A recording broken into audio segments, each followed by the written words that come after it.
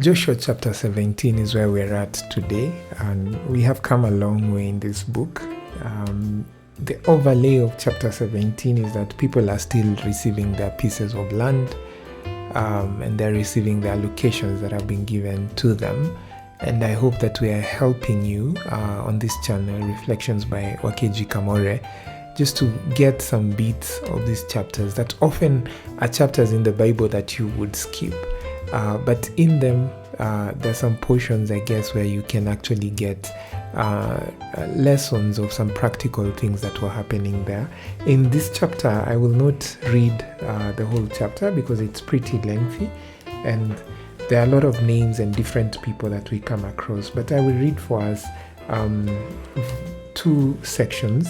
One is verse 3 to 4, and it says, "Now Zelophehad, son of Hepher, the son of Gilead, the son of Machir, the son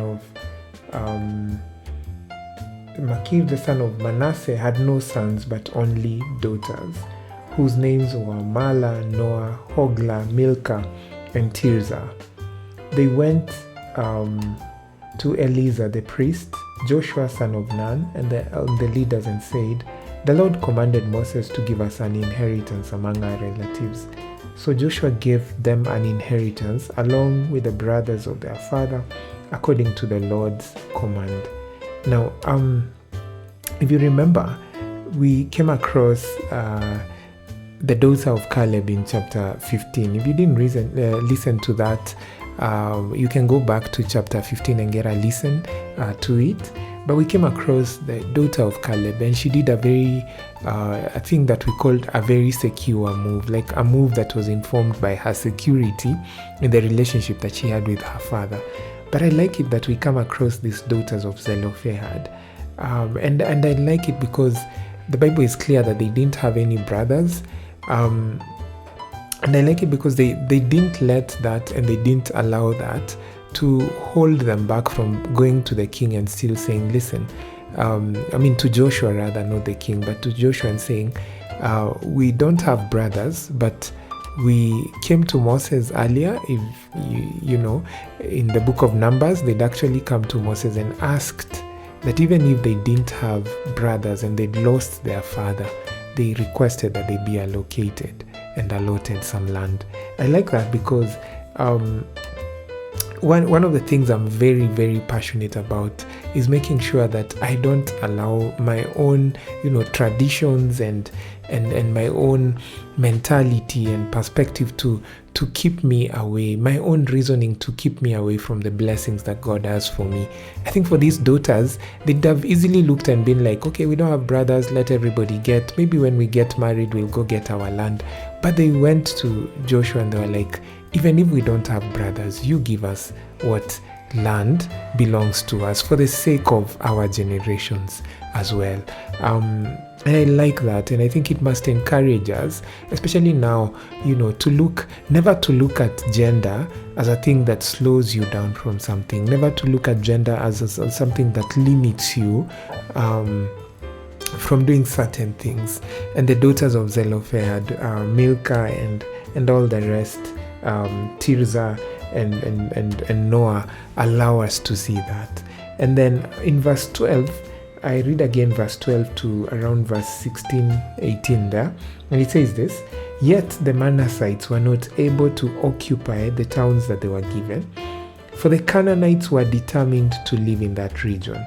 However, when the Israelites grew stronger, they subjected the Canaanites to forced labor, but did not drive them out completely." As in, that again goes, we saw this in another chapter, I think it is chapter 15. These guys were able to drive the Canaanites out, but they made way with just allowing them to do what? To do forced labor. And what we got then is what we are seeing here again today. If God empowers you, and if God allows you to see certain things in your life that you need to deal with those things. Do not, for any reason, let them be.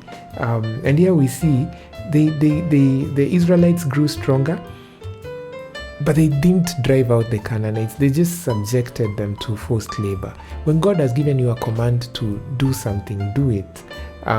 because we saw that these are the tribes that came to corrupt them a lot later. And then verse 14 continues, the people of Joseph said to Joshua, why have you given us only one allotment and one portion for an inheritance? We are numerous people, and the Lord has blessed us abundantly. Joshua said to them, if you are so numerous, and if the hill country of Ephraim is too small for you, go up to the forest and clear the land for yourselves. They are in the land of the Perizzites and the Rephites.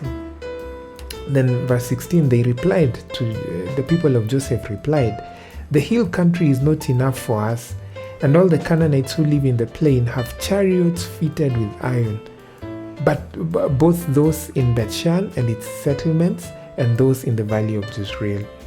But Joshua said to the tribes of Joseph, to Ephraim and Manasseh, you are numerous and very powerful. You will have not only one allotment, but the forested hill country as well. Clear it, and its farthest limits will be yours. Though the Canaanites have chariots fitted with iron, and though they are strong, you can drive them out. I like this, guys, and I like this story because I find it interesting that they are the ones that the Bible has told us initially that they had become strong and that they could force these Canaanites to leave. But what this allows us to see is sometimes we don't see ourselves the way people see us. And these guys needed Joshua to remind them and tell them, listen, you think the Canaanites have all these chariots fitted with iron. You guys can defeat them. And he says to them, you are numerous and very powerful. These guys were powerful and numerous enough that they came to ask for land, but they didn't consider their power and number enough, like big enough to drive out the Canaanites. And sometimes we are like that. Like we forget our capacity, we forget who we are, we forget what we have within us and the power that we have within us. But Joshua reminds them and he says, no, you guys, you are powerful and you're numerous. You can go back and fight and deliver this and win these Canaanites over. So I find that these are the three stories that we can pick from Joshua chapter 17. But I want to leave us in this one for the people of Joseph, that it's a story that needs to challenge us to see ourselves the way people see us. These guys were strong and numerous, and everybody seems to know and to see that except them. They knew there were many. That's why they went to ask for more land, but they didn't believe in themselves enough to say, hey, we can actually go and fight these guys. We're strong, we've become stronger, we've become more, we can defeat these guys. Up until Joshua reminded them. And I think that it's also a thing for us to see. It's a thing for us to keep remembering and to keep going to people who remind us who we are, to keep going to people who remind us not to be lazy, to just laze around and be lazy and passive, but to be in a place where we can go and fight for the territories that we want. Not just to go and be like, allocate us more land, But Joshua was like, no, go and fight the Canaanites and get your land back, because you're strong and you're numerous. So that's our takeout for today. I hope that the three things we've talked about can encourage you and they can position you in a place where you can fight for the things that God has called you to fight for. I hope that you have people in your life who can remind you that you're strong, people in your life who can tell you you can win these wars, because that's what Joshua did to these people of Joseph. He reminded them. He told them, no, go and clear the land to the farthest limits. And even if these guys have chariots fitted with iron, even though they are strong, you can drive them out.